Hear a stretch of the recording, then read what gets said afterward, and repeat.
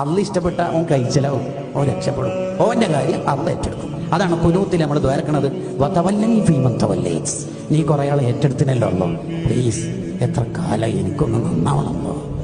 അതിന് നമ്മളെപ്പോഴെങ്കിലും ഈ ദ്വാന്റെ അർത്ഥം അങ്ങനെ ചിന്തിക്കാറുണ്ടോ? അള്ളാഹിപ്പോ ഒരാളെ ഏറ്റെടുക്കണം എന്നുണ്ടെങ്കിൽ അയാളുടെ പ്രീവിയസ് കാര്യങ്ങൾ, ഏത് കമ്പനിയിലാണ് ജോലി ചെയ്തത്, ബികോമ കഴിഞ്ഞല്ലേ, എക്സ്പീരിയൻസ് സർട്ടിഫിക്കറ്റ് നാട്ടിലുണ്ടോ, ടാലി സെപ്പറേറ്റ് പഠിച്ചിട്ടുണ്ടോ, അതൊന്നും അല്ല നോക്കും. അള്ളാഹിപ്പോ ഒരാളെ ഏറ്റെടുക്കണം എന്നുണ്ടോ? തൗബ സ്വീകരിക്കുന്നു, ഏറ്റെടുക്കണം. നർത്തകിയായിട്ട് നടന്ന ഡാൻസ് കളിച്ച് നടന്ന പെണ്ണിനെ സൂഫിയത്താക്കി സരിയു സിദ്ദീഖ് നമ്മുടെ വയല് കേട്ട് നന്നായി ആ പെണ്ണ് കറാമത്ത് കാണിക്കുന്ന വലിയ തൈല് അല്ല ഏറ്റെടുത്തില്ലേ? അള്ളാഹി പറ്റ ഒരാളെ ഏറ്റെടുക്കാൻ എന്തോ ഫോം ഫില്ല് ചെയ്യണോ? അതൊന്നും വേണ്ട. വഴികൊള്ളക്കാരുടെ തലവനായി ജീവിച്ച ആളെ അള്ള ഏറ്റെടുത്തിട്ട് ഔലിയാക്കളുടെ നേതാവാക്കി പിൽക്കാലക്കാരിൽ വരുന്ന മുഅ്മിനീങ്ങൾ മുഴുവനും റളിയല്ലാഹു അൻഹു ചൊല്ലുന്ന അർത്ഥത്തിൽ ഏറ്റെടുത്തില്ലേ? കൊട്ടാരത്തിന്റെ അധിപതിയായി ജീവിച്ച ഇബ്രാഹിം ഇബ്നു അദ്ഹം റളിയല്ലാഹു അൻഹു വലിയ ലീഡറല്ലേ? അള്ള ഏറ്റെടുത്തു.